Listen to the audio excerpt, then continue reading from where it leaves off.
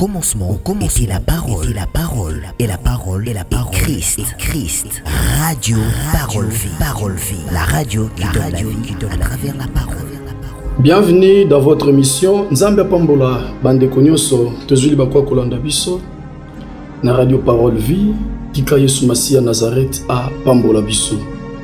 Liboso ya micro c'est votre frère l'évangéliste Joseph Mukambilu oyo wapi Nzambe apesi libaku azonga lisusu na mbala ya sikapu nous bénir na nzela na Radio Parole Vie pe awa na de la foi TV. Tolobi merci pour la confiance bozo sala et chaîne Nabino, chaque fois qu'on y a des informations divines, il y a bonne nouvelle plutôt à la radio Parole Vie et na de la foi TV. Merci n'a pas perdu, merci na équipe Union Soba Héros de l'ombre baza tellement ebele au bazo sungabiso toko maisika bozali nzambe apambola bango. La saison des triomphes, tel est notre thème. La saison des triomphes, la saison des triomphes. Mbaleleka qui te explica qui biso saison ezanini et tu explica qui biso triomphe et linkoloba nini. Tozwa ki texte de base moko na lingi na revenir lisusu na texte wana ya mboto évoluer na ba passage mosusu. Tozwa toujours na mokanda na Luc chapitre 19 le verset 30. Luc chapitre 19 le verset 30. Na tangi pona biso. En disant allez au village qui est en face, quand vous y serez entrés, vous trouverez un anneau attaché sur lequel aucun homme ne s'est servi. Aussitôt détachez-les et amenez-les. Que Dieu bénisse sa parole. Écoutez la pensée de Dieu. Na numéro le cas qui totalisa qui bisouete. Tozana deux phases. Zambe soki alinga kotisa yo na saison ya triomphe. Akobanda nanu ko libérer yo, ko délivrer yo, ko rendre yo libre parfaitement. Pourquoi? Parce que Bible dit na mokanda na Galates chapitre 5 verset 1er, c'est pour la liberté que Christ nous a franchis. Kobosa na te molandi ya parole vie et ça les liens Nzambe a présentaka jamais publiquement produit oyo a finaliser ngona nous secrètement. N'a pas ça même d'akisa. Oyebi ba produit à consommation, auto-consommera lelo. Yo ko consommer peut-être jus, ou ko consommer, je ne sais pas moi, shawarma, je ne sais pas moi, mayonnaise et quelque chose de comme ça. Mais oyebi te na secret ba étude nini ça de maka pour que produit ane comme produit, même médicament. Yo ko yiko mela médicament lelo. Osombi yango produit pharmaceutique ko meli yango lelo, mais tant mususu conception nango pour que basala ngwe comme attire comme vendu et peut-être plus de 6 mois, plus de 2 ans. Cela veut dire qu'il y avait un travail où ça les maquille dans le secret pour que na public et à la bénéfique et pas inabatu. Ah oui, c'est ça le méthode de travail de Dieu. Ce qui nous a rendre yo consommable na saison na yo. À rendre yo appréciable, à rendre yo utile, à rendre yo moutons à la chercher, rechercher, désirer par les autres. Il va prendre d'abord le soin de vous briser, de vous rendre meilleur, de vous travailler dans le secret. Voilà pourquoi ce que vous allez faire c'est quoi? Il faut vous laisser entre la bonne main de Dieu, de travailler ta vie comme il veut. De vous changer comme il souhaite, de sorte que quand il va vous présenter devant les gens, batubazala na ba erreur te na ba reproche te o ba komoni la yo na yango. Ce que ozo pambola maloba à mes places ozolanda biso. Tozolanda Radio Parole Vie et de la foi TV, liboso ya micro c'est votre frère l'évangéliste Joseph Mukambilu. Tuyebisa ki biso boye punda oyo azalaki na singa. Soki Satan atie singa na vie na yo et mi makabilo komi sato ya liboso. Pasteur Joseph a ebisa ki biso singa ya Satana etike la kabatu volonté et bote la kabatu et bote la kabatu plutôt pouvoir. Aujourd'hui, il y a beaucoup de gens sur la terre azo tambola uniquement azana volonté mazana pouvoir te. Azana volonté abala, azape na volonté sunga famille na ye, azape na volonté epatonga, azana volonté atangisa baleki na ye, azana volonté. Mais comme il y a une force spirituelle où ils ont pesé na famille, où ils ont pesé na libala na ye, ils ont boto la ye, ma coquille pour exécuter volonté na ye. Yami balé toloba qui était quand le diable abundisaka vina moto. Mais bien aimé dans le Seigneur, apekisaka batu basala makambo bayela kosala na se na mabele. Voilà pourquoi ce que tangi ba mwana mpunda oyo mutu na matela ete. Nzoka musala ya mpunda ezalaka po amema batu. Mais lokola azalaki na singa moya mema mutu ezate. Pona koloba si ta vie eza habité na ba problème spirituel, makambo yela kosala na se na mabele okosala yango te. Et loko misatu balinga mikati na nkolo et oko remarquer mwana mpunda oyo azalaki ano parce que biso tolobaka ka mwana mpunda mena na classe ya bana mpunda bazalaki be tozana ba anes, tozana ba ano, tozana ba chameau, tozana ba cheval bazalaka ebele. Et chaque animal oyo azalaki na catégorie ya batu na ye ba utilisaka ye na pesanda kisa eza peut-être mutuka ya motaboye eza na classe ya batu bakozana mutuka ya motaboye mutuka ya ndenge mo ba ano. Ano ezali mwana mpunda o ba riche kaka bato bande ko matela nzoka ba riche bazaka beaucoup plus na ville que na village. Tandis que mwana mpunda oyo bande kozala na ville ta bande kozala na village. En quelque sorte libanda ya terrain esengaki azala. Bayaya. Le diable est tellement compliqué. Quand il combat, ce qui a telemi abundi sa vie na yo, akobanda kolongola yo esika esengaki ozala. Nzoka esika esengaki ozala soki ozali suwana te makambo lingaki omona esika wana moye pe kutana na yo ezate. Mais pasteur Joseph Asukisaki Maté a kolobaki gloire soit rendue à Dieu parce que Yesu ayaki kolongola biso na bisika oyo Satana tia biso azongisa biso na bisika oyo esengeli tozala. Écoutez la pensée de Dieu, la saison des triomphes. Quand est-ce que miracle est bandit? Quand est-ce que délivrance est bandit? Quand est-ce que changement est bandit? Quand le Seigneur a ébissé pas une bateau, bo kende koye bisaye, bo fongolaye, bo tikaye, aya. Ce qui va tout libino bol ba le Seigneur en a besoin. Tant ba fongoli mwana mpunda o ba memiye, ba ye na ye, Yeshua mateliye. My God, ça me fait du bien. Yeshua mateli mwana mpunda oyo. En quelque sorte, Yeshua joue contrôle absolu ya mwana mpunda oyo. En quelque sorte, Yeshua komi ko dominer likolo ya mwana mpunda oyo. En quelque sorte, nzambala Yesu ezipi mwana mpunda oyo. Nesika mwana mpunda monana, Yesu Masia Nazareth nda komi ko monana. Nesika mwana mpunda batu batala ye, Yesu ya Masia Nazareth nda komi ko talama liboso mwana mpunda oyo. Pour te dire tout simplement, ce que lingo kota na saison ya triomphe, secret ya liboso. Il faut se laisser être dominé par Jésus. Si tu veux entrer dans une saison de triomphe, dans une saison de miracle, de la prospérité, de changement, de l'épanouissement, acceptez volontairement. Je répète encore, acceptez volontairement. Ose à la dominer par le Seigneur et notre Sauveur Jésus-Christ. Mais bien aimé, quand Christ prend le contrôle de ton corps, de ton âme et de ton esprit, vouloir ou pas, vous allez percer. Ezana batubele toujours sambela lelo. Ezana batubele toujours ya ba église, toujours prétendre ko servir nzambe. Mais spirituellement, Yesu te mutu azo dominer na ba vie na biso, biso moko tozo dominer. Yo moko zo mi konza, yo moko za komi tambwisa.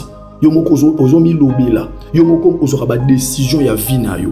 Mais tandis que mwana mpunda oyo amitika ki pena Yesu akonza, ya kita Yesu mata. Kita Yesu mata. Soko bandi ko kita Yesu komi ko mata. Liboso banguna na yo banda ko mata bango bazo kita. C'est ça en fait. Voilà pourquoi on remarque tant où Yesu akomaki liboso ya nzete ya sycomore. Ayebise pa ina zache kita. Zacha kiti Yesu Masia Nazareth aleki siko na mbulai. Ah oui, le miracle c'est comme ça avec Dieu. Prends une décision volontaire ya kokita pour Yesu mata. Prends une décision volontaire ya ko abandonner ou ekimisaka Yesu pembeni ya vie na yo pour Yesu atikala na yo.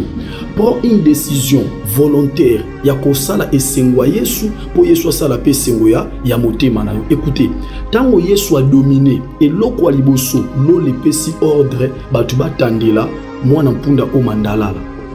Bayaya, entre nous, yo kanisi pena sans la présence de Jésus. Likolo mwana mpunda oyo. Est-ce que benga batandele mandalala? Est-ce que benga batia yeka? Non. Pona kolobake, tango Yesu amati lola epesi ordre na mitema na batu. Batanda nini mandalala. Pourquoi batanda mandalala? Parce que na mokanda na psaume, na mokanda na Esaïe, eza na prophétie moko elobama que akokota likolo mwana mpunda bakoyemba ozana bakotanda mandalala. En quelque sorte, tant kaka Yesu amati makambo baloba na psaume, makambo baloba na Esaïe, ebandi okokisama lola epesi ordre ekokisama. My God, ça me fait du bien. Écoutez la pensée de Dieu. Soki Yesu akomi komata na bomoi na yo, makambo malamu nzamba loba pona yo ekokokisama. Makambo malamu lota na ndoto ekokokisama. Makambo malamu senga na prière ekokokisama. Makambo malamu luka na bajena ba prière ekokokisama. Prophétie ya mandalala oyo epesa makala. Metangu Yesu kaka mati mandala litandami. Otambolaka na conteneur ba promesse nzambe likolo na yo.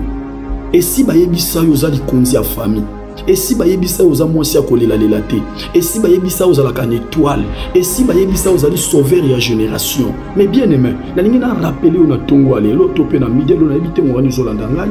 Yeba ite soki Yesu Masiya Nazareth amati na vie na yo, ba prophétie nyonso balobela yo ekokokisama. Bandeko apesi ordre bazo tanda mandalala. Na tomboli loboko partout zolanda ngai. Tika ete nzamba pesa ordre batu batandelo pe mandalala. En quelque sorte nzamba pesa ordre mitema na batu elinga yo.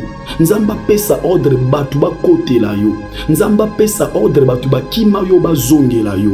Nzamba pesa ordre batu bapesa yo tort ba comprendre yo ndo zalaki na raison. Nzamba pesa ordre mutu azwa ki likanisa mabe amela yo a rendre yo bonheur dans le nom suprême de Jésus-Christ. Soki zolanda pozo ndima loba ameya bien. Soki Yesu amateli na vie ya mutu bayaya pesaka ordre. Ngai te mutu nolobi mokanda psaume chapitre 76. Bible lobi apesaki ordre mabanga ebimisa mai. Nzoka libanga c'est ce qui est dur. Mai c'est ce qui est doux. Cela veut dire tant nzambe alola pesaka ordre oyo eza dur ebimisaka oyo eza doux. Cela veut dire quoi? Soki nzamba pesi ordre ya makasi ekobimisila oyo ya pété. Ata mboka ozali, ata dossier zo traversé, avocat no ebiso abi eza compliqué. Ay mobile ebiso na ebite suki osimba.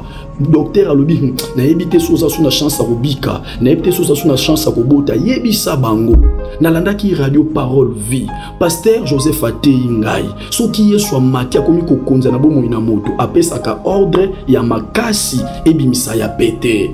Ya makasi ebimisa ya pété. Voilà pourquoi j'ai pris au nom suprême de Jésus-Christ de Nazareth, ya makasi ya vina yo, ebimisela yo ya pete. Bitumba ya vina yo, ebimisela yo elonga. Ah oui, souci ya vina yo, ebimisela yo esengo. Ah oui, saison ya divorce esuka. Nzamba stabiliser libala na yo, na kombo na Yesu Masiya Nazareth.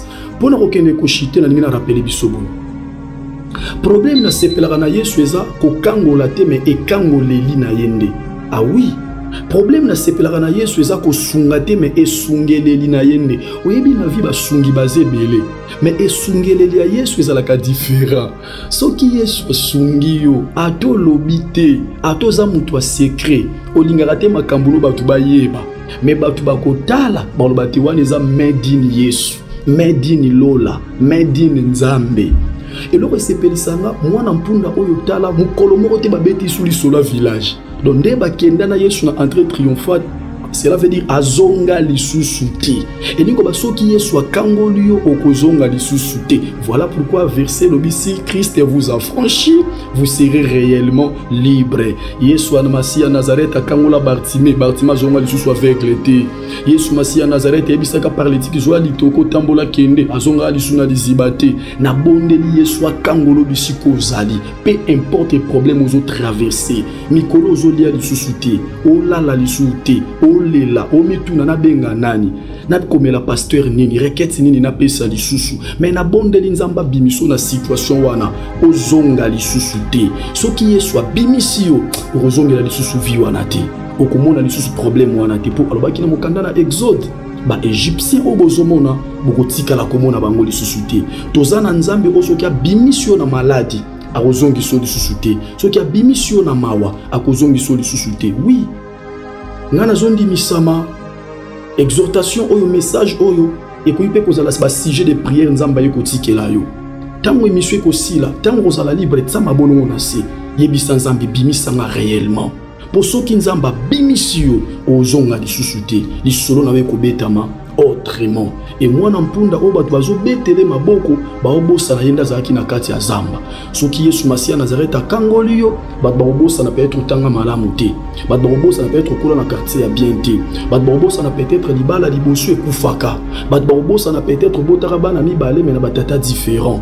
Bato baobosa na peut-être kota na nzela moko boye un peu comme na mboko za. Bato bakobosa na na bondeli ngolu ya nzambe za lokola fautoire et effacer le passé na yo sombre et positionner yo na entrée moko triomphale au nom suprême de Jésus-Christ. Ce que pambwami longo na biso loba bravo Jésus. To komi na suka ya émission na biso oyo bolandaki awa na Radio Parole Vie pe na De la Foi TV. Nzambe apambola bandeko nyonso balandi biso et liboso ya micro, c'était votre frère l'évangéliste Joseph Mukambilou. Si vous voulez nous contacter, ba numéro ezali affiché na à écran. Tika toloba merci na Nzambe, pe koloba merci na l'homme de Dieu Papa Herbi pour la confiance à pesa kibiso ko ya kokumbela bino maloba na Nzambe. Aussi un grand merci na ba héros da l'ombre nyonso o bazalaki na sima ya caméra na régie pour na kosunga biso to koma bisika bozali.